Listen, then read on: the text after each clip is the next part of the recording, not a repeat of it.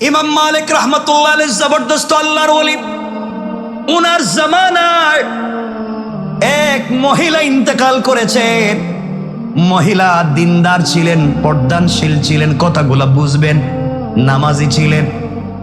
এই মহিলা ইন্তেকাল করবার পরে মহিলার গোসল করাবে, কিন্তু এই বাড়িতে কোনো মহিলা নাই। আরেক মহল্লার থেকে কয়েকজন মহিলা এসেছে, ওই নারীকে গোসল করাবার জন্য এসেছে। গোসল করাবার জন্য যখন তাকে পর্দা করে গোসলখানায় নিয়ে গেল, যেই মহিলা মৃত মহিলাকে গোসল করাবে সে আগে থেকেই তাকে চিনত।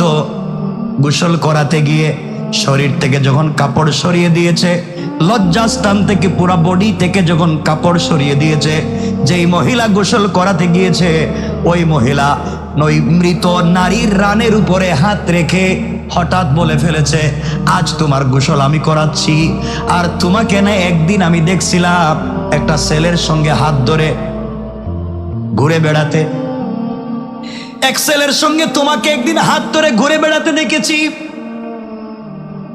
পাবলিক তোমাকে কত ভদ্র মনে করত, কত তুমি পর্দা করে চলতে, মানুষ তোমাকে তাহাজ্জুদ গুজার মনে করত, তোমার স্বামী তোমাকে আমানতদার মনে করত, পাবলিক তোমাকে বড় ভদ্র নারী জানতো। আর তোমাকে আমি আরেক ছেলের সঙ্গে দেখছি। এই কথা বলবার সাথে সাথে যেই নারী গোসল করাচ্ছিল তার হাতটা ওই মৃত নারীর রানের সঙ্গে আটকে গেল, একবার আঠার মতো আটকে গেল। হাত আর ছুটে না, অনেক চেষ্টা করে হাত ছুটানো যায় না। এক পর্যায়ে এলাকার হুজুরদেরকে বলা হলো কি করা যায়। ইমাম সাহেব আর কি করবে? ইমাম সাহেব ফতোয়া দিলেন, এক কাজ করেন, যেহেতু মহিলা মরে গিয়েছে আর ওই জীবিত নারীর হাত আটকে গিয়েছে, জীবিত নারীর হাত কাটার কথা আমি বলতে পারি না, যেহেতু মৃত মানুষ, রানের ওই অংশটুকুন চামড়াটুকুন কেটে দেন, হাত ছুটে যাবে। যার স্ত্রী মারা গেছে এই স্বামী কি কথা মানবে? কথা কন, বলতেছে না আমার স্ত্রীর চামড়া কাটা যাবে না, প্রয়োজনে তোমার বউর হাত কাটো। এখন হে বেচারার কি কয়, আমরা আইছিলাম আরেক গ্রাম থেকে আপনার বউরে গোসল করাইতাম, এখন আমার বউর হাত কাটবেন আপনি? কেউ যখন ফতোয়া দিতে পারে না, পুরো দেশের আলিম কি করবেন? অর্ধেক দিন চলে গিয়েছে, ওই নারীর হাত ছুটে না, কথাগুলা বুঝবে। লম্বা সময় চলে গেল, শেষ পর্যন্ত সবাই মিলে এই দেশের সব থেকে বড় মুফতি যিনি ছিলেন ইমামে মালিক রাহমাতুল্লাহ আলাইহির কাছে গেলেন। তিনি শুনলেন, তিনি বললেন পর্দা করে একটা জায়গায় রেখে দাও। সবাই বলছে হুজুর অর্ধেক দিন চলে গিয়েছে, ওই মহিলার অজু ইস্তেঞ্জার প্রয়োজন, গোসল করবে, প্রস্রাব করবে, খাবার খাবে, কিন্তু হাত ছুটে না, তাকে ওই মহিলার কাছ থেকে আনাও যায় না। কি করব বুঝতেছি না, পুরো এলাকায় মাতম চলতেছে, কান্নাকাটি চলতেছে, কি হয়েছে বুঝতে পারলাম না। এক পর্যায়ে ইমাম মালিক কাছে আসলেন, মহিলাকে বললেন ঘটনা কি হয়েছে তুমি বলো। আমার কাছে রাডার আছে, আমার কাছে সমস্যার সমাধান আছে, কোরআন হাদিস আছে, মিথ্যা বলবো না, সত্য কথা বলো, কি হয়েছে?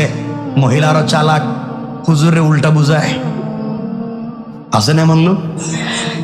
দেখবেন হে ফেরেশতার মতো, কিছু জানে না, হে কয় হে নাকি গাঁজা খায় না, হে ফেন্সিডিল বিক্রিও করে না। পুলিশ যখন ফিডানি শুরু করছে, কয় খাই, আমিও খাই, আমার বাপও খায়, এখন কইতেছে, আগে কিন্তু স্বীকার করে না। আমার বন্ধুগণ, ইমাম মালিক বললেন কি হয়েছে বলো। মহিলা বলতেছে জানি না, আমি এসে এখানে তিলাওয়াত করতেছিলাম, হঠাৎ দেখি হাত আটকে গেছে। হে নাকি তিলাওয়াত করতেছিল, হে তিলাওয়াতে ছিল, আমার হাত হঠাৎ আটকে গেল। ইমাম মালিক বলে মিথ্যা কথা বলবা না, সত্য কথা বলো, বেঁচে থাকতে হলে, নচেত তোমাকে হত্যা করব। এক পর্যায়ে সন্ধ্যা হয়ে গিয়েছে, ওই মহিলা কোনো উপায় না পেয়ে ইমাম মালিকের কাছে বলতেছে, ইমাম মালিক, ওই মহিলাকে যখন গোসল করাচ্ছিলাম হঠাৎ করে আমি বলে ফেলেছিলাম, আমি একদিন ধারণা করে ওই মহিলার সঙ্গে একজন পুরুষকে দেখছিলাম, জানি না কে, আমি বলছিলাম ওই গোসল করাতে তার রানের উপরে হাত রেখে তুমি একজন বেগানা পুরুষের সঙ্গে ঘুরে বেড়াইছো, এই কথা বলার কারণে হাত আটকে গেল। ইমাম মালিক বললেন তুমি তুহমত দিয়েছ, হয়তো মিথ্যা কথা বলেছ, হয়তো তার সঙ্গে তার স্বামী ছিল, এই জন্য দুনিয়ায় তোমাকে শাস্তি পাওয়াই লাগবে। সুতরাং কোরআন আছে আমার কাছে, আমি দেখব তুমি এই অপরাধের শাস্তি কি। অপরাধের শাস্তি কোরআন খুললেন, খুলে দেখলেন কেউ যদি কারো উপরে মিথ্যা তুহমত দেয়, এই তার দুনিয়ার শাস্তি হলো আচ্ছা মতো একটা বেত নিয়া তার বডিতে 80টা বেত্রাঘাত দুর্রা। কয়টা? 2 সাইডটা মারার পরে মানুষ বাঁচে না। কয়টা মারতে বলছেন? 80টা। 80 বেত্রাঘাত। সবাই তো আশ্চর্য, এখন কি করা যায়? তিনি বললেন মারো। সে তুহমত দিয়েছে, মিথ্যা বলেছে, অপবাদ দিয়েছে, জাহান্নামে তো যাবেই, দুনিয়া শাস্তি পাওয়া লাগবে, কারণ সে কোনো মিথ্যা তুহমত দিতে গেল। এই জন্য খবরদার, সাবধান করে দিয়ে যায়, কেউ কারো প্রতি মিথ্যা তুহমত দিবেন না। হয়তো ইন্তেকাল করবেন, তওবা করার, মাফ চাওয়ারও সুযোগ খুঁজে পাবেন না। আমার বন্ধুগণ, এক পর্যায়ে 1-2 করে 70টা বেত্রাঘাত দেওয়া হলো, কিন্তু মেয়েটার হাত ছুটে না।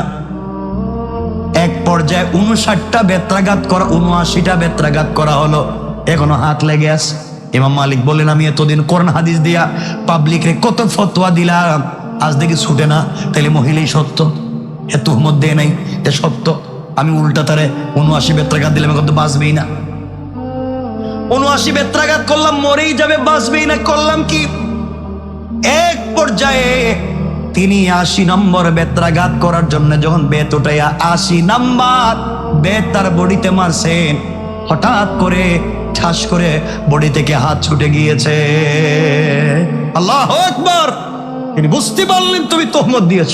তিনি যখন হেঁটে যাচ্ছেন, পাথর তাকে সালাম দিচ্ছে, সালাম দিয়ে ডাক দিয়ে বলছে, দাও, তুমি আমাকে চিনো না, আমি কিন্তু তোমাকে ভালো করেই চিনি, কারণ আল্লাহ যে যুবকটাকে চিনতে পেরেছে, আমি পাথর ওই যুবকটাকে চিনতে ভুল করি না। দাউদ, আমি তোমাকে চিনতে পেরেছি, তুমি আমাকে চিনো নাই। আমি দুনিয়ার সাধারণ রাস্তায় পড়ে থাকা পাথর না, আমি হযরতে হারুন আলাইহিস সালাতু ওয়াস সালামের হাতে থাকতাম, তিনি আমাকে দিয়ে তার শত্রুদেরকে হত্যা করতেন, আমি পাথরকে দিয়া। আপনি আমাকে নিয়ে রাখুন, হয়তো দুনিয়ার কোনো কাজে আপনি আমাকে ব্যবহার করতে পারবেন। আমার বিশ্বাস, হারুনকে যেইভাবে আমি সেভ করার জন্য আমি পাথর আঘাত করেছি, তার শত্রুদেরকে আপনি যদি আমাকে সাথে রাখেন, আমার বিশ্বাস আপনার শত্রুদের মোকাবেলায় আমি দাঁড়িয়ে যাব। কোন সুবহানাল্লাহ! তাও চিন্তায় পড়ে গেলেন, পাথর আবার কথা বলা শিখলো কোন দিন? পাথর দিকে রাস্তায় কথা বলে। তিনি চিন্তা করলেন, হারুন আলাইহিস সালামের হাতের জিনিস বরকত কম না বেশি? তিনি এটাকে তার ব্যাগের ভিতরে রাখলেন, কেউ বলছেন পকেটে রাখলেন। ব্যাগের ভিতরে রেখে তিনি হাঁটতে লাগলেন। কিছু দূর যাওয়ার পরে তিনি আরেকটা পাথর দেখতে পেলেন। আরেকটা পাথর তাকে সালাম দিয়ে বলছে, দাও, আপনি আমাকে চিনবেন না, আমি মুসার হাতে সব সময় থাকতাম, শত্রুদেরকে যখন মুসা দেখতেন আমাকে দিয়ে আঘাত করতেন, শত্রু নিহত হয়ে যেত, আপনি প্রয়োজন বোধে আমাকে কাছে রাখতে পারেন, হয়তো বিপদে আপনারও কাজে লাগতে পারে। সুবহানাল্লাহ বলে। আমার বন্ধুগণ, এক পর্যায়ে তিনি 2টা পাথরকে পকেটে রাখলেন অথবা থলিতে রাখলেন। ওই পাথর তাকে ডাক দিয়ে বলছে, শোনেন, চলার পথে আপনাকে জালুতের বিরুদ্ধে যুদ্ধ করা লাগতে পারে, ওই যুদ্ধে আপনি কেমনে মোকাবেলা করবেন? পাথর আমাকে কাজে লাগবে, সাথে রাখবেন, আমি আপনাকে সহযোগিতা করব। তিনি 2টা পাথর পকেটের ভিতরে রেখে দিলেন।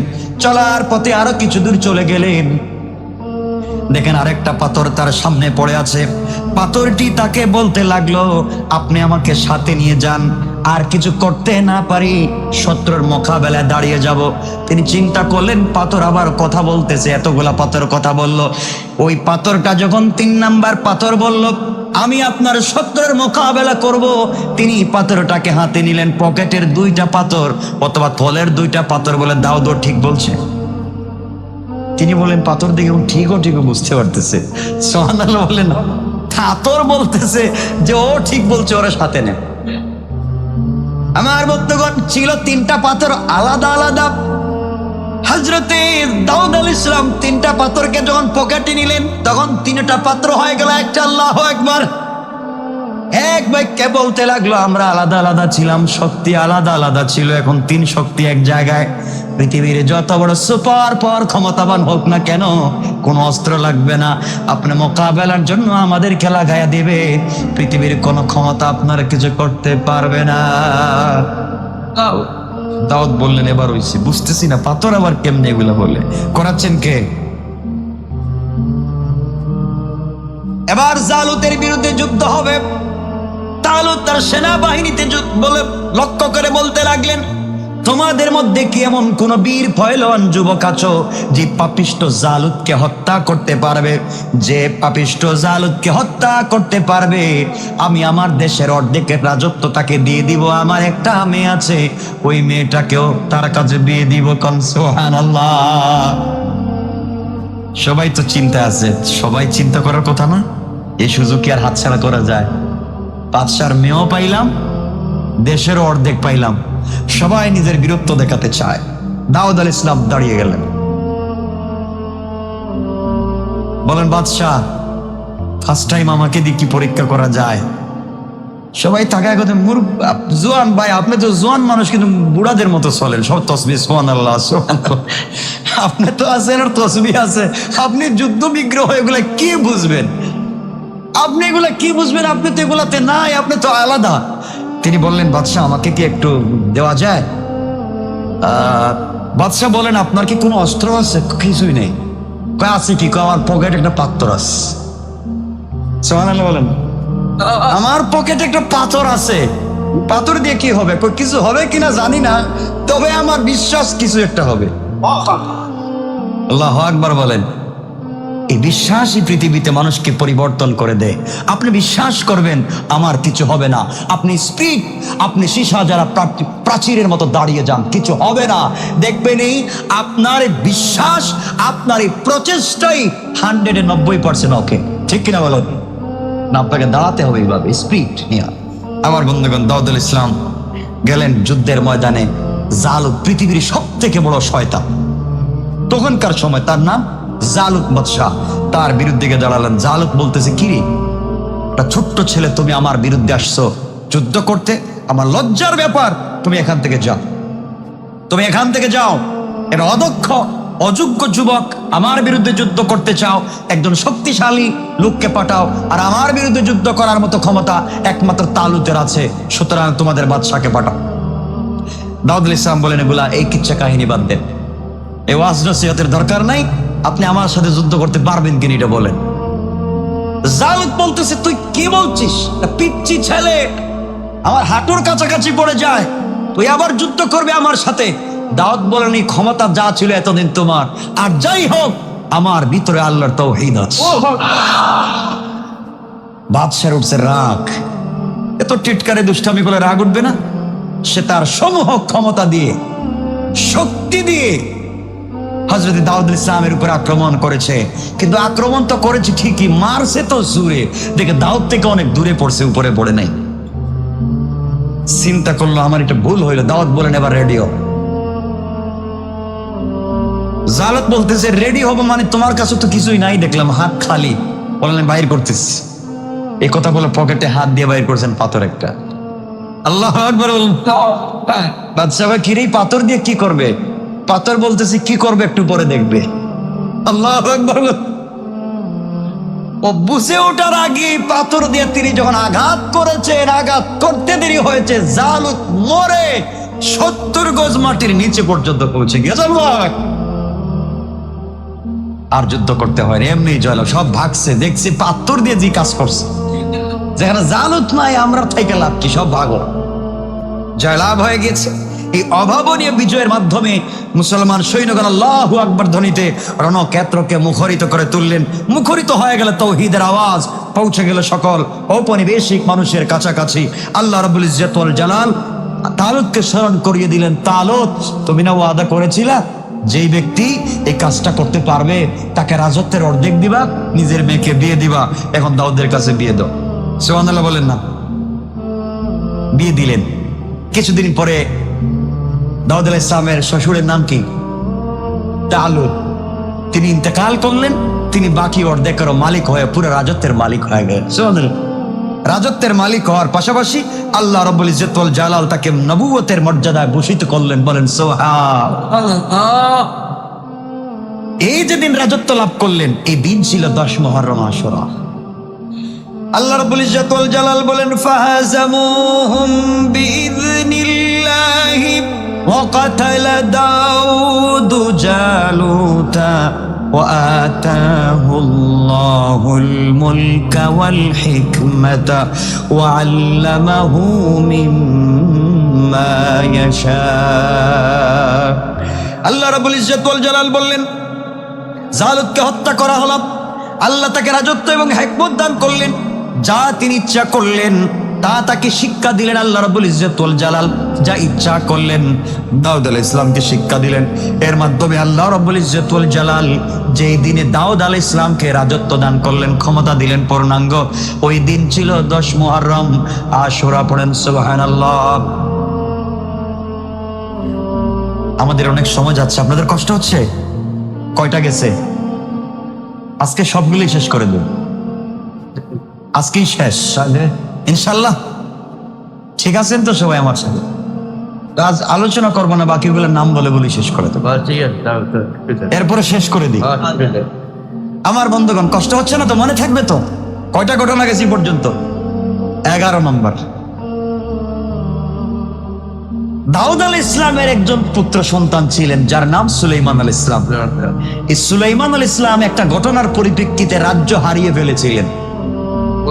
রাজ্য হারিয়ে ফেলার কারণে যেই দিন রাজ্য ফিরে পেয়েছিলেন ওই দিন ছিল 10 মুহররম আশুরা। এই ঘটনা আপনারা জানেন, আমি সেদিকে যাব না, এই ঘটনা বলবো না। তবে আজকে ইচ্ছা এই ঘটনা আপনারা যেভাবে জানেন অন্য ইতিহাসে আরেকভাবে বর্ণনা করেছে, আমি সে ঘটনা বলার দিকে যাচ্ছি না, সেগুলো বলতেও চাই। আমার বন্ধুগণ, যাই হোক, সুলাইমান আলাইহিস সালাম রাজ্য হারিয়েছিলেন কেন, এর লম্বা ঘটনা আমি 2-2.5 ঘন্টা আলোচনা করলে ওটা শেষ হবার না, সুতরাং ওদিকে যাবই না। আমি শুধু একথা বলতে চাই, সুলাইমান আলাইহিস সালাম যখন ছোট, দাউদ আলাইহিস সালাম বৃদ্ধ হয়ে গিয়েছে, আল্লাহ বললেন দাউদ তুমি তো ইন্তেকাল করবা আজ হোক কাল, তো তোমার রাজত্ব দেখবে কে? তুমি তোমার একটা বাচ্চাকে রাজত্ব দেও। দাউদ আলাইহিস সালাম বলেন আল্লাহ আমি কার কাছে রাজত্ব দিব? আমার তো অনেকগুলো ছেলে। আল্লাহ বললেন তোমার যেই ছেলেটা খুব চালাক তাকে দাও। পরীক্ষা করার মাধ্যমটা কি? আল্লাহ একটা সিন্দুক দিলেন, দিয়ে বলেন বলো এই সিন্দুকের ভিতরে কি আছে? তোমার যেই ছেলে বলতে পারবে তাকেই তুমি ক্ষমতা দিবে। দাউদ আলাইহিস সালাম এই সিন্দুক নিয়ে বসছেন, সকল ছেলেকে ডাকলেন, এর ভিতরে কি আছে? যে যার মতো করে বলতেছে বাবা এটার ভিতরে এটা আছে ওইটা আছে, কারো কথাই লাগে না। শেষ পর্যন্ত সবার ছোট সুলাইমান আলাইহিস সালামকে বলা হলো তুমি বলো তো এর ভিতরে কি আছে? সুলাইমান বলেন বাবা এর ভিতরে আছে একটা আংটি। আল্লাহু আকবার বলেন।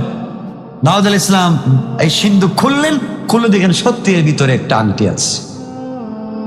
সন্তানের কথা সত্য হলো, তিনি সন্তানকে আংটিটা পরায়া দিলেন এবং রাজ মুকুটটা তার মাথায় পরায়া দিলেন। যেই সময় আংটিটা হাতে পরায়া দিলেন, দিতে দেরি হয়েছে, সাথে সাথে বাতাস তার করায়ত্ত চলে এসছে, বাতাস তার কথা শুনতে বাধ্য, জিন্নাত তার কথা শুনতে বাধ্য, এক কথা আল্লাহর সকল সৃষ্টি তার পায়ের সামনে পৌঁছে গেল। খুব ক্ষমতা না এখন সুলাইমানের? বিশাল ক্ষমতা, বিশাল ক্ষমতা। তিনি একদিন চিন্তা করলেন আমার তো অনেক কিছু আছে, আমার তো যা মন চায় তাই করতে পারি, কিন্তু এই দেশে পৃথিবীটা টিকায় রাখতে গেলে, কারণ তিনি একটা দেশের বাদশা না, গোটা সৃষ্টির গোটা দুনিয়ার বাদশাহ সুলাইমান, বিশাল বাদশাহী। তিনি বললেন এতগুলা টিকায় রাখতে গেলে নিজস্ব সেনাবাহিনী না থাকলে এগুলা থাকে না, কারণ সেনাবাহিনী বেইমানি মাঝে মাঝে করতে পারে, কথা বলে থাকে। নিজস্ব সেনাবাহিনী থাকলে ভর থাকে যে এটা কমপক্ষে বেইমানি করবে না, মিথ্যা বলবে না। তিনি চিন্তা করলেন ওই সময় ইতিহাসে তারিখে পাওয়া যায় ওই সময় তার 1000 স্ত্রী ছিলেন। কয় হাজার? এই পুরুষটা চিন্তা করছেন আমাদের মতো কয়জন বউ রাখছে? বউ 1000, বাদী দাসী তো অভাব ছাড়া। এই ওয়াজে যাচ্ছি না আজকে। 1000 স্ত্রী, চিন্তা করেন আমি আজকের রাত্রে 1000 স্ত্রীর সাথে মেলামেশা করব, আমার বিশ্বাস 1000 ছেলে সন্তান হবে এবং 1000 ছেলেকে আমি সেনাপতি বানাবো এবং 1000 ছেলের মাধ্যমে আমি পৃথিবীতে দিন জিন্দা রাখবো। তার চিন্তাটা খারাপ বলেন না? ভালো, কিন্তু ইনশাল্লাহ বলেন নাই। ছোট একটা কথা ইনশাল্লাহ তিনি বলেন নাই। আমি একমাত্র বোঝাবার জন্য কথাটা বলছি। সব ঠিক, আপনি ভালো কাজ করছেন, কিন্তু আল্লাহর উপরে ভরসা রাখবেন, নাহলে কাজ হবে না। তিনি ইনশাল্লাহ বললেন না। তিনি 1000 স্ত্রীর সাথে মেলামেশা করলেন, 1000 স্ত্রীর কেউই প্রেগনেন্ট হলেন না, গর্ভবতী হলেন না, হয়েছেন মাত্র একজন। কয়জন? তিনি আফসোস করলেন, কি ভুল করলাম, কি কথা বলছি, কোনটা কোনটা ভুল হয়ে গেছে, নাইলে এমন তো হওয়ার কথা না। তাও কি হয়েছে, যিনি প্রেগনেন্ট হয়েছেন, ডেলিভারি কি দিয়েছেন, আল্লাহ কোরআনে কারীমের 38 নম্বর সূরা সাদের 34 নম্বর আয়াতে আল্লাহ বলেন, আল্লাহ রাব্বুল ইজ্জত ওয়াল জালাল বলেন, ওয়ালাকাদ ফাতান্না সুলাইমান ওয়া আলকাইনা আলা কুরসিহি জাসাদা সুম্মা আনাব। আল্লাহ বলেন, আমি তো সুলাইমানকে পরীক্ষা করলাম, তার আসনের উপরে রাখলাম একটা ধর। আল্লাহ রাব্বুল ইজ্জত ওয়াল জালাল বললেন, প্রসব হওয়ার পরে দাত্রী, স্ত্রী যখন প্রসব করলো, দাত্রী দেখলো এটা কোনো মানুষ না, হাত নাই পা নাই, একটা মাংসের টুকরা, গোশতের টুকরা, গোশতের টুকরা। এই মাংস পিণ্ড বা গোশতের টুকরাটাকে দরবারে নিয়ে এসে সুলাইমান আলাইহিস সালামের সিংহাসনের উপরে রেখে দিলেন। সুলাইমান নিজের ভুল বুঝতে পারলেন, আল্লাহর কাছে ক্ষমা প্রার্থনা করলেন আর বলেন, আল্লাহ তাআলা, আমি মনে করেছিলাম স্ত্রী আমার, আমি মেলামেশা করলে সন্তান হবে আমার, ইনশাআল্লাহ বলি নাই, বুঝতে পেরেছি ভুল হয়ে গিয়েছে, জীবনে কাজ আর করব না। কিন্তু আল্লাহ বললেন, না, তোমার একটা শিক্ষা দেওয়া দরকার, জীবনে যেন এই কাজ আর কেউ না করে। এই কাজ মানে ইনশাআল্লাহ না ছাড়ে। এজন্য আজকের থেকে আমরা বলবো, ইনশাআল্লাহ আগামীকালকে তোমার ঘর চুরি করবো, ইনশাআল্লাহ, নাকি? ইনশাআল্লাহ ভালো কাজে ব্যবহার করেন, ভালো কাজে ইনশাআল্লাহ বলেন। যারা আরবে গিয়েছেন, সৌদি আরবে, এরা দেখবেন কথায় কথা আলহামদুলিল্লাহ, সুবহানাল্লাহ, ইনশাআল্লাহ, মাশাআল্লাহ, মানে এছাড়া কোনো কথাই নেই, সুর, কিন্তু খালি ইনশাআল্লাহ কয়, ঠিক না? বলে অভাব নাই ওদের, ওদের মুখে আছে ইনশাআল্লাহ, সুবহানাল্লাহ, মাশাআল্লাহ, জাযাকাল্লাহ, আলহামদুলিল্লাহ, হাইয়াকাল্লাহ, তাবারাকাল্লাহ, মানে বলতেই আছে। অথচ পাঞ্জাবির নিচে লম্বা জুব্বা পড়ছে, একটা পায়জামা পরে নাই। এত শয়তান, মানে এত শয়তান এরা, কিন্তু তাবারাকাল্লাহ, মাশাআল্লাহর অভাব নাই। ভয় এদের ভিতরে। এইটা এমন কাজ হয়ে গেল এই সমাজে, আমরা এগুলা করি না।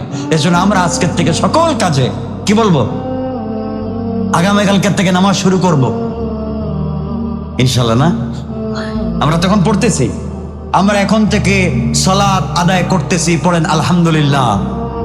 এবং আজকে রাত্র থেকে পূর্ণাঙ্গ সালাত আদায় করার চেষ্টা করব ইনশাআল্লাহ। আল্লাহ যেন কবুল করেন, আমিন। কষ্ট পাচ্ছেন আমার কথায়? যাক, এই ভুল সংশোধনের জন্য সুলাইমান ইসলামের দীর্ঘ একটা ঘটনা ঘটে গেল। এই ঘটনা আপনারা শুনেছেন, আমার কাছ থেকে শুনেছেন, লম্বা আলোচনা শুনেছেন। আমি ভিন্ন লাইনে আজকে বলার দরকার নাই। সুলাইমান ইসলাম এই আংটিটা রাখতেন এক এক জায়গা, যেহেতু এটা এই আংটির মধ্যে ছিল ইসমে আজম। কি ছিল ইসমে আজম? তো বুঝেন, মানে আল্লাহর একটা নাম আছে ইসমে আজম। এটা যদি লিখে আপনি আগুনে দেন, আগুন জ্বালাবে না। সমুদ্রে জাপ দেন, আপনি ডুববেন না। শত্রুর মোকাবেলায় চলে যান, শত্রু আপনার কিছুই করতে পারবে না। তো এই আংটিতে ছিল ইসমে আজম। এর ইসমে আজমের বরকতে গোটা দুনিয়া তার পাগল, বাতাস তার সিংহাসন নিয়ে ঘুরে, আর সকল জিন্নাত তার কথা শুনতে বাধ্য। যাই হোক, এই আংটিটা ইসমে আজম লেখা ছিল, একদিন তিনি রেখে গিয়েছেন, ভুল হয়ে গিয়েছিল আংটি রাখতে গিয়ে। এরপর একটা বড় দুর্ঘটনা ঘটে গিয়েছে, সেটা অনেক লম্বা। এরপরে তিনি আংটিটা যেদিন ফিরে পাইলেন স্ত্রীর হাত দিয়ে, ওই দিন ছিল 10 মুহররম আশুরা। সুবহানাল্লাহ লাগবে, অনেক ঘটনা এখানে শেষ। যাই হোক, কটা ঘটনা বললাম? সুলাইমান ইসলাম আংটি যেদিন পাইছেন, এর দিন একটা লম্বা ইতিহাস আছে, এটা আপনারা জানেন।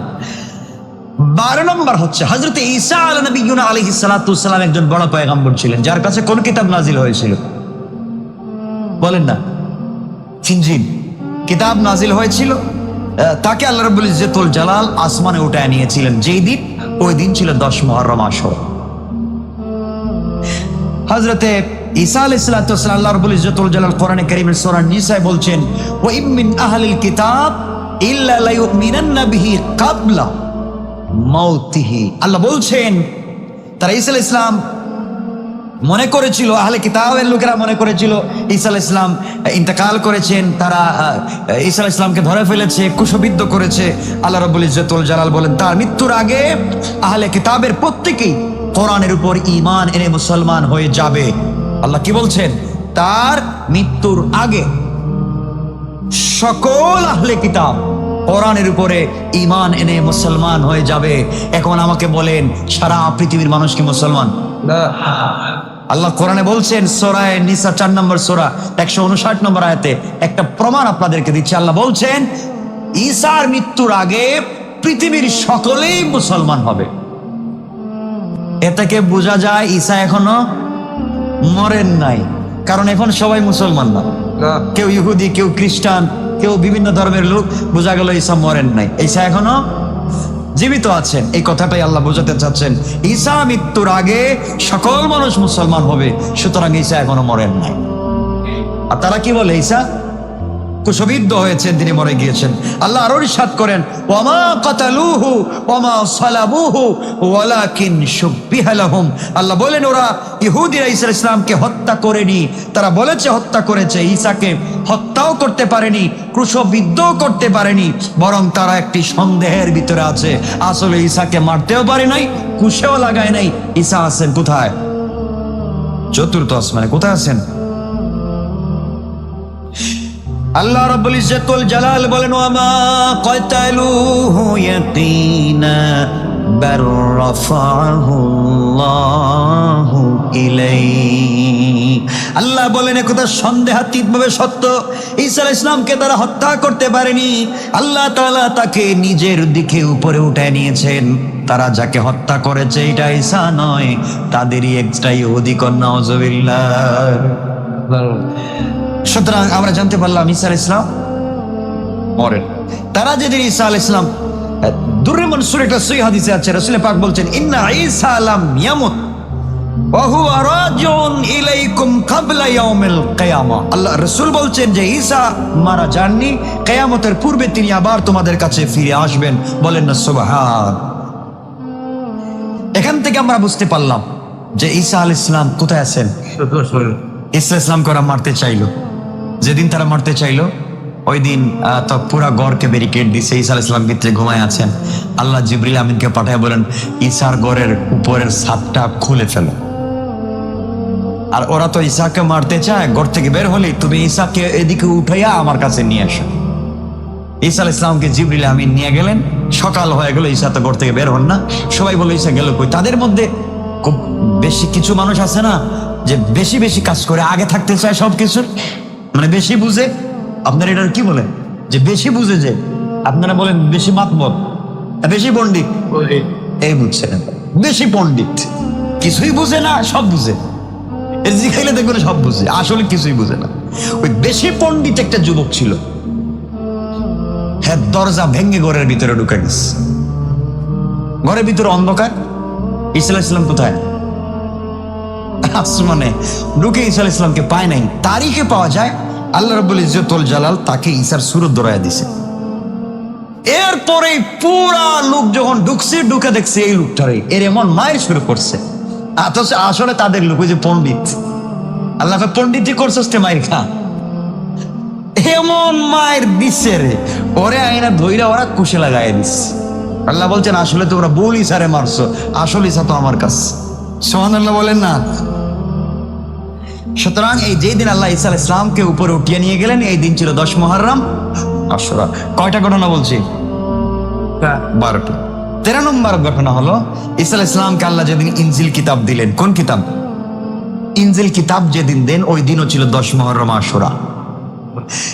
পৃথিবীর যত কিতাব আল্লাহ দিয়েছেন সব কিতাব ছিল সাময়িক। কি ছিল?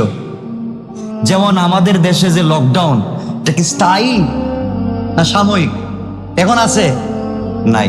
তো সেম সময় ভালো হয়ে গেলে এগুলো থাকবে না, চুরি চামারি দুষ্টামি এগুলো থাকবে না, এগুলো সব সাময়িক। ক্ষমতাও পৃথিবীর সব সাময়িক। কথা বলেন না কেন? স্থায়ী ক্ষমতা কার? সব সাময়িক।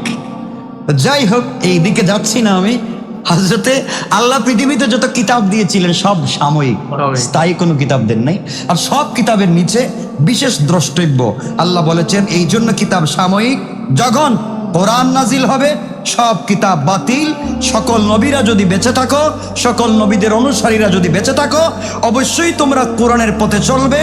এবং সাদরুল আম্বিয়া মুহাম্মদুর রাসূলুল্লাহ সাল্লাল্লাহু আলাইহি ওয়াসাল্লাম, সরদারুল আম্বিয়া, সকল রাইসুল আম্বিয়া মুহাম্মদুর রাসূলুল্লাহ সাল্লাল্লাহু আলাইহি ওয়াসাল্লামকে তোমাদের অনুসরণ করা লাগবে। কমসে কম এই কথাটা সব কিতাবে ছিল যে এটা হচ্ছে স্থায়ী আর ওগুলা অস্থায়ী, সাময়িক।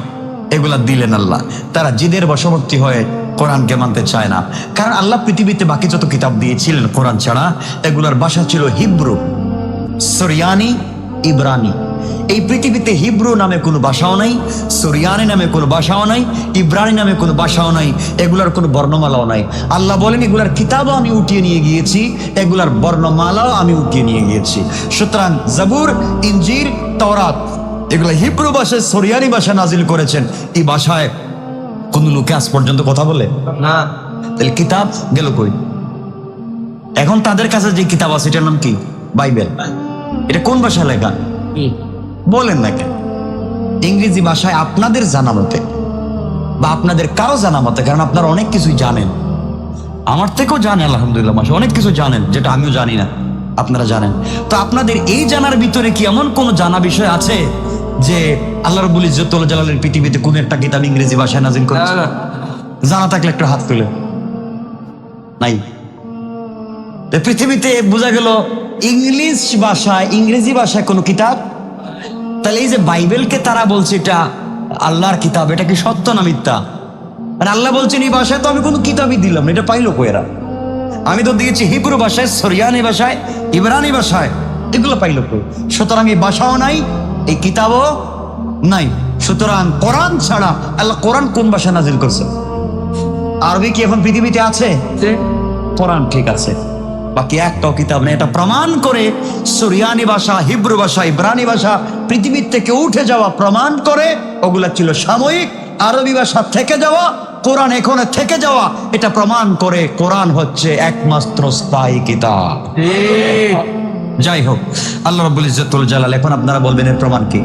ওরা যে কিতাবকে বিকৃত করেছে, বাইবেল যে নিজের ভাষায় লিখছে, এটার প্রমাণ লাগবে না? আপনারা তো প্রমাণ চান না, লাগবে না প্রমাণ?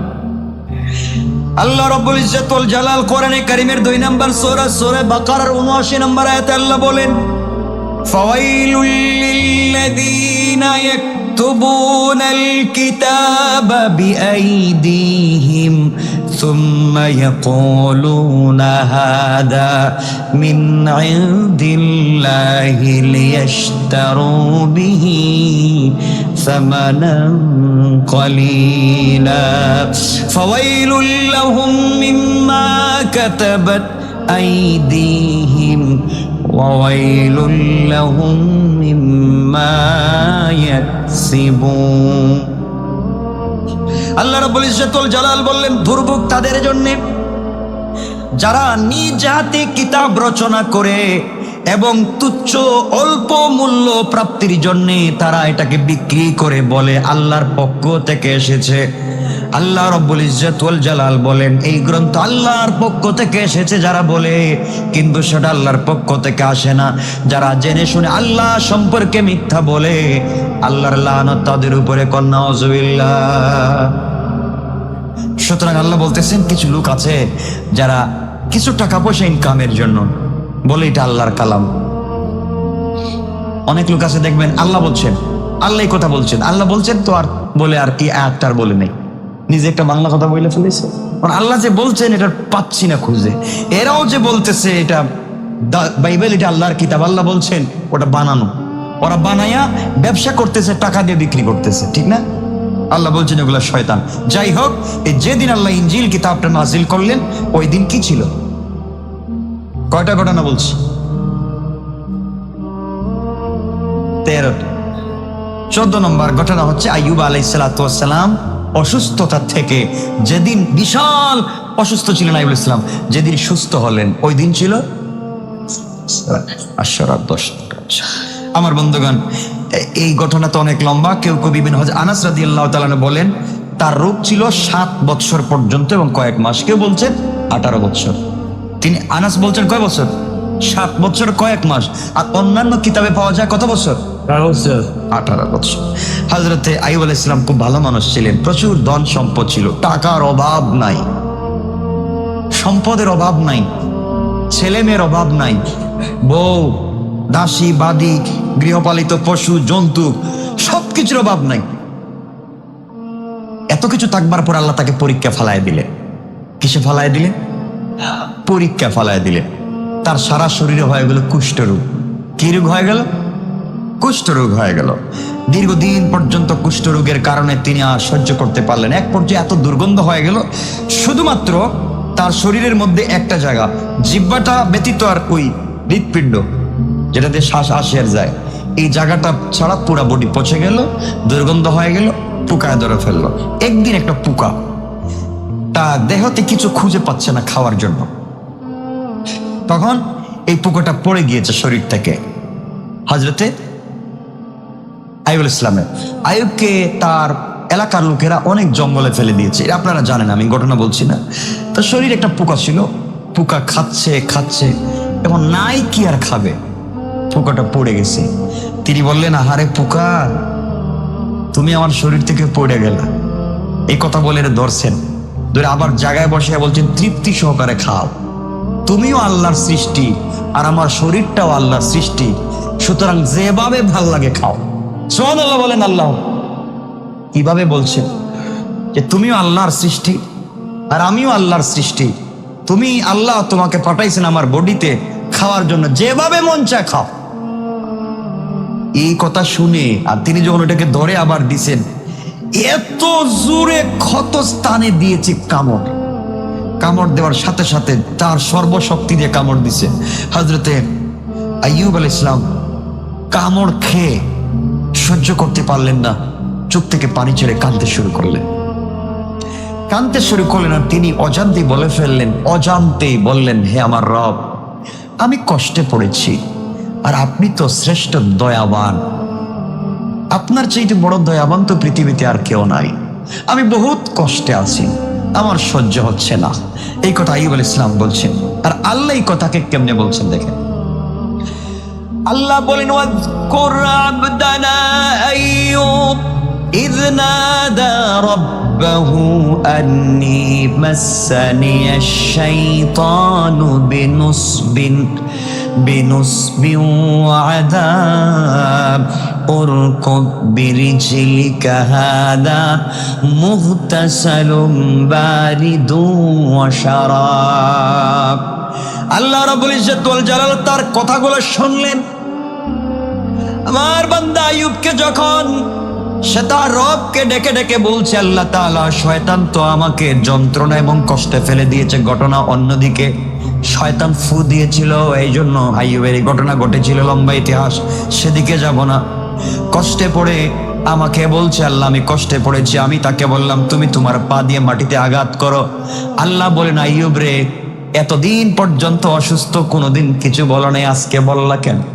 আইয়ুব আলাইহিস সালাম আল্লাহকে বলছেন, আল্লাহ তাআলা সহ্য তো করেছি, কিন্তু আজকে পোকা এত জোরে জবরদস্ত শক্তি দিয়ে কামড় দিয়েছে, না জানি মুখ ফসকে আপনাকে কি বলে ফেলেছি। আমার কথা যদি ভুল হয়ে যায়, আপনার কষ্ট লাগে, আপনি আমাকে মাফ করেন। আর যদি 1000 বছর পোকা দিয়ে আমাকে খাওয়াতে চান, আমি আইয়ুব এরপরেও রাজি আছি। আল্লাহ বলেন, আইয়ুব এত কষ্টে পড়ে যাওয়ার পরে আমি আল্লাহকে ভুলে যাও নাই। এত কষ্টে পড়ে যাওয়ার পরে আমি আল্লাহকে বলছো শ্রেষ্ঠ দয়াবান, আমি কি তোমার উপরে দয়া করতে পারি না? আইয়ুব, সহ্য হয় না, তুমি যেই সুন্দর করে আমাকে বলে ডাক দিয়েছো আল্লাহ। এত কষ্টে পড়ে যাওয়ার পরে মাত্র ঠোঁট ভালো আছে, তুমি আল্লাহ বলে যে ডাক দিয়েছো আইয়ুব রে, আমি আল্লাহ খুশি হয়ে গিয়েছি। আইয়ুব শোনো, তোমার পায়ের গোড়ালি দিয়ে মাটির মধ্যে আঘাত করো। আইয়ুব বলেন, আল্লাহ আমার তো শক্তি নাই এতটুকু। আল্লাহ রাব্বুল ইজ্জতুল জালাল বলেন, আইয়ুব রে, তুমি যতটুকু শক্তি পাও ওই শক্তি দিয়ে মাটির মধ্যে আঘাত করো। তিনি আঘাত করলেন। আঘাত করার সাথে সাথে মাটির নিচ থেকে স্বচ্ছ পানির ঝর্ণা বের হয়ে গেল। আল্লাহ রাব্বুল ইজ্জতুল জালাল বলেন, আইয়ুব এই পানি দিয়ে তুমি গোসল করো। আইয়ুব পানি দিয়ে গোসল করলেন, পুরা শরীর সুস্থ হয়ে গেল। সে কঙ্কাল সার বডিতে গুস্ত বেড়ে গেল, বরাট হয়ে স্বাস্থ্যবান সুদর্শন হয়ে গেলেন, বাদশার আকৃতি পেয়ে গেলেন। কিন্তু এতদিনের দুঃখ, গ্লানি আর কষ্ট ভিতর থেকে যায় নাই। বডিটা ভালো হয়েছে ঠিকই, মনের ভিতরে কষ্টগুলা রয়ে গিয়েছে। আল্লাহ বলেন, আইয়ুব এখান থেকে তুমি এক গ্লাস, এক মুষ্টি পানি পান করো। আমার বিশ্বাস, তুমি যদি বরকতে পানি পান করো, সাথে সাথে তোমার মনের ভিতরে যত গ্লানি দুঃখ আছে আমি আল্লাহ দূর করে দেব। সব ঠিক হয়ে গেল। পানি পান করলেন, কষ্ট দূর হয়ে গেল। বাদশাহী শরীর নিয়ে আল্লাহ বসে আছেন। আল্লাহ বলেন, জিবরাইল যাও জান্নাত থেকে পোশাক এনে সুসজ্জিত করে আমার আইয়ুব এত কষ্ট করে সবর করে ধৈর্য ধরেছে, পুরস্কার দাও। তার সন্তানগুলাকে ফিরিয়ে দিলেন, সম্পত্তি ফিরিয়ে দিলেন। আল্লাহ বলছেন, শুধু ফিরিয়ে দিলাম তা না, আগে ছিল যা আমি দিলাম ডাবল করে তা। আগে যা যা ছিল সব ডাবল করে দিলাম। এখন আগে যদি বউ ছিল 10টা, এখন হচ্ছে কয়টা? আপনারা তো এই হিসাবে করবেন। আল্লাহ বলছেন, যা ছিল সব ডাবল করেছি। মানে আগে ছিল ক্ষেতের জমি 20টা, এখন দিছি 40টা। আগে ছিল গরু 10টা, এখন দিছি 20টা। আল্লাহ বলছেন, সব সম্পত্তি তোমাকে ডাবল করে দিলাম। তিনি এখন বসে আছেন সুসজ্জিত হয়ে একটা গাছের গোড়ায়। কিন্তু সবাই যখন ওনাকে ফেলে চলে গিয়েছে, কারণ দুঃখের সময় কেউ কাছে থাকে না। দেখবেন আপনার সুখের দিনে বন্ধুর অভাব নাই, বলেন না কেন? সব বন্ধু। আপনি যখন এমপি হবেন, যে ভোট দিয়েছেন, হ্যাঁ আমি কিন্তু আপনার ডাবল ভোট দিছি, মানে কিন্তু ভোটই যায় না, হ্যাঁ ডাবল ভোট দিছে, মানে একটা আসন আর একটা সব করছে। কি পাওয়ার, ক্ষমতা, কাছাকাছি দৌড়তেছে, এমপি সামনে পিছনে কি মিছিল দিচ্ছে। বেচারা যখনই ফেই, ওর বাইরের কাছে দিয়েও যায়। কথা বলেন নাকি? ঠিক বললাম না? তো হযরতে আইয়ুব আলাইহিস সালাম এখন সুসজ্জিত, আল্লাহ অনেক সবকিছু দিয়েছেন, কিন্তু কষ্টের দিনে কেউ তার কাছে ছিল না। বউ সবাই চলে গিয়েছিল, ছিলেন একজন, তার নাম রাহিমা। আমি ঘটনা বলবো না, শুধু রহিমার একটা কথাই বলতে চাই। আমি ঘটনা বলছি না। সবাই যখন ফেলে দিয়ে গিয়েছিল, রহিমা যাওয়ার জন্যে তার গাঠটি কাপড় গুছাচ্ছিলেন, মানে গুছাচ্ছিলেন। আইয়ুব আলাইহিস সালাম বলছেন, রহিমা সবই তো চলে গেল, কেউই তো থাকলো না। সুখের দিনে সবাই ছিল, দুঃখের দিনে কেউ নাই। আমাকে এলাকার লোক জঙ্গলে নিয়ে যাওয়ার জন্য রেডি হচ্ছে, সবাই চলে গেছে, তুমিও কাপড় গুছাচ্ছ, চলে যাবা। রহিমা বলছেন, স্বামী আমি কাপড় গুছাচ্ছি চলে যাওয়ার জন্য না, বরং এই কষ্টের দিনে কেউ না থাকলে জঙ্গলে বনবাসে আমি আপনার সাথেই থাকবো। তো লম্বা ইতিহাস সেদিকে যাচ্ছি না। রহিমা এমন স্ত্রী ছিলেন। আর আজকালকের কিছু স্ত্রী হলে বলতো, থ্যাংক ইউ, ওকে আমি গেলাম, আপনি আপনার দিকে যান, বহুত দিন একসাথে ছিলাম। তো যাই হোক, আমার বন্ধুগণ সব আবার না ভালো আছে। এক পর্যায়ে রহিমা সাথে ছিলেন দীর্ঘদিন, কিন্তু তিনি মানুষের বাড়িতে কাজ করতেন। কাজ করে করে যা পাইতেন ওই টাকা দিয়া স্বামীকে নিজে কষ্ট করে রান্না করে যাও বানায়া স্বামীকে নিজের হাত দিয়ে খাওয়াতেন। ওই দিনও তিনি গিয়েছিলেন কাজের সন্ধানে, লম্বা কথা, কাজ করে আসছেন। কিন্তু আল্লাহ তো আইয়ুব আলাইহিস সালামকে চেঞ্জ করে দিয়েছেন। বাদশাহী পোশাক, জোয়ান মানুষ, সুদর্শন যুবক বসে আছেন গাছের গোড়ায়। তিনিও রহিমার অপেক্ষা করতেছেন। তিনি অপেক্ষা করতেছেন যে আমার দুঃখের দিনে ছিল, আজকে আমার সুখের দিন, তাকে তো আমি ভুলে যেতে পারি। দুঃখের দিনে অনেক তাকে, সুখের দিনে চিনে না। কথা বলেন না কেন? চিনে না তা। আমার বন্ধুগণ, এক পর্যায়ে রহিমা কিছু খাবার নিয়ে আসতেছেন, এসে দেখেন স্বামীকে যেখানে রেখে গিয়েছিলেন ওখানে স্বামী নাই। তিনি মহা টেনশনে পড়ে গেলেন, আমার এই অসুস্থ স্বামীকে নিয়ে গেল কে? কাঁদতেছেন। হঠাৎ করে তাকায় দেখেন পিছন দিকে গাছের গোড়ায় সুদর্শন, খুব স্পেশাল আর্ট করা একটা ডিজাইন করা যুবক বসে আছে। তিনি দৌড়ে গিয়ে বলেন, ভাই আপনি কি এখানে একটা বুড়া লোককে দেখছিলেন, অসুস্থ, পচা গন্ধ? আমার স্বামীকে খুঁজে পাচ্ছি না। আইয়ুব কিন্তু বুঝতেছেন সব, আমি কিন্তু আমার স্বামীকে খুঁজতেছে। আইয়ুব আলাইহিস সালাম বললেন, নাম কি? এখানে ছিল, গ্রামের মানুষ ফালায় গেছে, আমি এলাকায় গেছিলাম কাজ করার জন্য, আমার একটু দেরি হয়ে গেছে, আমার স্বামীকে কি কেউ নিয়ে গেল নাকি কি হইলেন বুঝতে পারতেছি না, আপনি কি দেখছেন? আইয়ুব আলাইহিস সালাম এবার বললেন, আপনি কি আমাকে চিনতে পেরেছেন? আমাকে কি চিনতে পেরেছেন আপনি? হযরত রাহিমা বলছেন, আমি কেমনে চিনবো আপনাকে, আমি কোনোদিন দেখি নাই। বলে একটু বেশি করে তাকান। ওই কথা বলতেই হযরতে আইয়ুব আলাইহিস সালাম যখন সুস্থ থাকতেন তখন তিনি মুচকে হাসতেন। মুচকে হাসলে গালের ওখানে টুল পড়তো, টুল তো বুঝেন, টুল পড়তো। তো রাহিমা এটাকে খুব ফলো করতে। ওই লোকটাও যখন বলছে যে তোমার স্বামী কেমন ছিল, তুমি আমাকে চিনো কিনা, এই কথা বলে আইয়ুব আলাইহিস সালাম মুচকি হাসলেন এবং এখানে টুল পড়লো। ওই হাসিটা দেখেই রাহিমার মনে পড়েছে আমার স্বামী তো ভাবি হাসতেন। সুবহানাল্লাহ। তাইলে আপনি কি আমার স্বামী? আইয়ুব আলাইহিস সালাম বললেন, অবশ্যই আমি তোমার স্বামী আইয়ুব। আল্লাহ এই সব ঘটনা খুলে বললেন, আল্লাহ রাব্বুল ইজ্জত ওয়াল জালাল এর বরকতের কথা বললেন। দুজন কতক্ষণ একজন আরেকজনকে জড়াইয়া কাঁদলেন আর বললেন, চলো আমরা এবার এলাকায় যাই, আল্লাহ আমাদের সবকিছু ফিরিয়ে দিয়েছেন। তো যাই হোক, আইয়ুব আলাইহিস সালামকে যেদিন আল্লাহ রূপ থেকে মুক্তি দিলেন ওই দিন কি ছিল? এখন একটা লম্বা ঘটনার দিকে আমরা যাচ্ছি, আমি 1-2 মিনিটে বলবো, 10টার উপরে হয়েছে, কষ্ট হচ্ছে না তো আপনাদের? হযরতে কয়টা ঘটনা বলছি? পরের নম্বর ঘটনা হচ্ছে হযরতে ইউসুফ আলাইহিস সালামকে তার পিতামাতার কাছে আল্লাহ যেদিন ফিরিয়ে দিলেন, হারানো সন্তান ইউসুফকে যেদিন পিতামাতার কাছে, মানে হযরতে ইয়াকুব আলাইহিস সালামের কাছে যখন আল্লাহ যেদিন ফিরিয়ে দিয়েছেন ওই দিনও ছিল 10 মুহররম আশুরা। সুবহানাল্লাহ বলুন। আশুরার দিন ছিল। যাক, লম্বা ঘটনা, এটা আপনারা তো জানেনই ঘটনাটা, জানেন না? হযরতে ইউসুফ আলাইহিস সালামকে তার ভাইয়েরা কোথায় ফেলাইছিল? কূপে ফেলায় দিয়েছিল। এরপরে তাকে একদল নিয়ে গেল ব্যবসার জন্য, বিক্রি করলো। এক সময় তিনি জুলাইখার ঘরে গেলেন, বড় হলেন, দুর্ঘটনার কারণে জেলে গেলেন, জেলে থাকলেন, আল্লাহ জেল থেকে বাদশা বানিয়ে বাইর করলেন।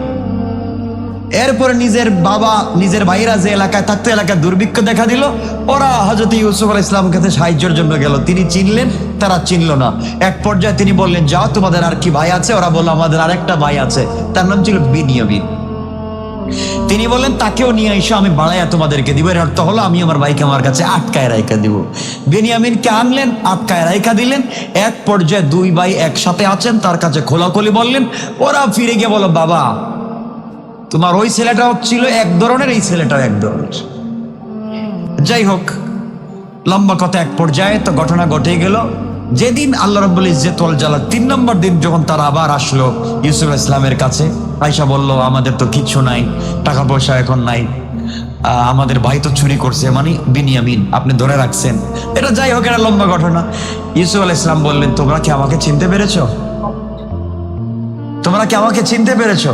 তোমাদের কি মনে পড়ে তোমরা 10 ভাই মিলে একটা ভাই তোমাদের ছিল ইউসুফ, তাকে তোমরা কূপে ফেলে দিয়েছিলে আর বাবার কাছে গিয়ে বলছিলে বাঘে খাইছে?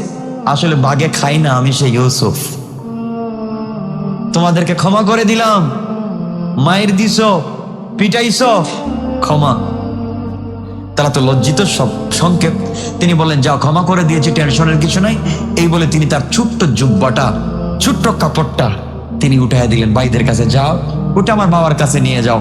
বাবার চোখ তো অন্ধ, আমার জন্য কাঁদতে কাঁদতে অন্ধ হয়ে গেছে। বাবার চোখে কাপড়টা লাগাইয়া দিলে বাবার চোখটা পরিষ্কার হয়ে যাবে। লম্বা ইতিহাস, সেদিকে যাব না। এক পর্যায়ে নিয়ে গেলেন। তো হযরত ইয়াকুব আলাইহিস সালাম তো পয়গম্বর ছিলেন। সন্তানেরা যখন এই কাপড়টা নিয়ে যাচ্ছে, নিয়ে যাওয়ার পথে এখনো 100 মাইল দূরে আছেন, ইয়াকুব বাড়িতে বলতেছেন, আমি তো ইউসুফের ঘ্রাণ পাচ্ছি। কাছাকাছি যারা ছিল তারা বলতে, আপনি পাগল হয়ে গেছেন, কোন দিন ইউসুফ মরছে আর আপনি এখনো ইউসুফের কথা বলছেন? তিনি বলছেন, না, আমি ইউসুফের ঘ্রাণ পাচ্ছি, ইউসুফের শরীরের গন্ধ আমি পাচ্ছি। এক পর্যায়ে তাকে কাছাকাছি আসলেন, ভাই ছেলেগুলাই কাপড়টা দিল, চুকে লাগালেন, পরিষ্কার হয়ে গেলেন। তিনি তাদেরকে নিয়ে গেলেন, মা বাবাকে ভাইয়েরা যখন নিয়ে গেল ইউসুফ আলাইহিস সালামের কাছে, যেই দিন আল্লাহ মিলাইয়া দিলেন ওই দিন ছিল। এখানে অনেক ঘটনা আছে ইউসুফ আলাইহিস সালাম সম্পর্কে, আমরা লম্বা তাফসীর এখানে করি নাই, আমরা সেদিকে যাব না। কতটা ঘটনা বললাম? 16 নম্বর ঘটনা হচ্ছে, পৃথিবী যেদিন আল্লাহ সৃষ্টি করেন ওই দিন ছিল 10 মুহররম আশুরা।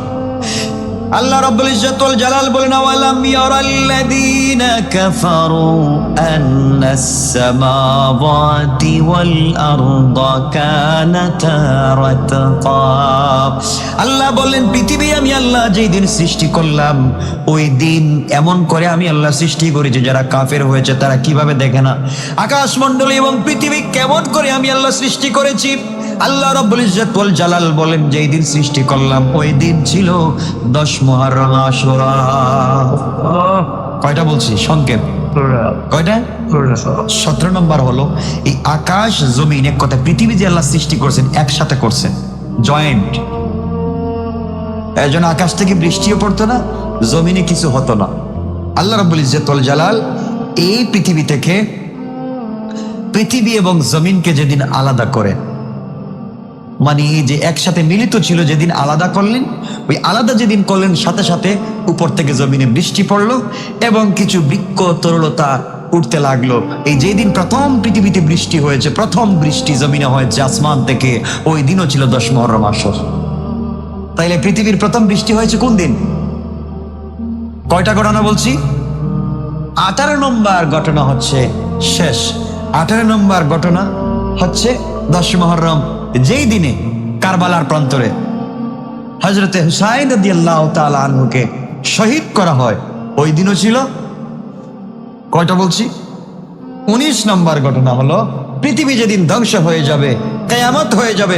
ইয়াউমা ইউনফাখু ফিস সূরি ফাফাজিআ মান ফিস সামাওয়াত ওয়া মান ফিল আরদ। আল্লাহ বলছেন, যেদিন সিংহায় ফুঁক দেওয়া হবে সেই দিন আকাশ মণ্ডলী ও পৃথিবীর সবাই ভীত বিহবল হয়ে যাবে, সব ধ্বংস হয়ে যাবে। ওয়া তারাল জিবালা তাহসাবুহা, আল্লাহ বলছেন জামিদা ওয়া হিয়া তামুররু মাররাস সাহাব। আল্লাহ বলছেন সব পর্বতমালা ভেঙে চুরে চুরমার হয়ে যাবে, উড়ন্ত হবে, সব পাখির মতো তোলার মতো উড়বে। ফাইদা নুফিখা ফিস সূর নাফখাতুন ওয়াহিদা, সিংহায় ফুঁক দেওয়া হবে, একটি মাত্র ফুৎকার, পর্বতমালা সহ পৃথিবী একবার উৎক্ষিপ্ত হয়, ভূমিকম্পে কাঁপতে কাঁপতে ভেঙে চুরে চুরমার হয়ে যাবে। যেই দিনে কিয়ামত ঘটবে ওই দিনও থাকবে 10 মুহররম। কয়টা বলছি? 19টা। রাত্র হয়ে গেছে মোটামুটি 10:15। এখানেই থাকলো আজকে, এখানেই শেষ। তাহলে আশুরার ঘটনা আমরা কয়টা পাইলাম? 19টা। এখানে রেখে দিই, লম্বা করার দরকার নেই, আপনাদের কষ্ট হচ্ছে আমি বুঝতেছি। এখানেই থাক, আর শেষ, আর লম্বা করা যাবে না। আমি আজকে জুমায় কথা দিয়েছিলাম, আমি কথা বলবো যে কুকুরের মধ্যে 10টা গুণ আছে, কিন্তু আমি আর কথা লম্বা করতেছি না।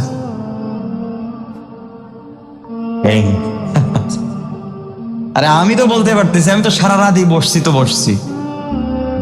আমি তো দেখতেছি আপনাদের মাঝে মাঝে অসুবিধা হইতেছে।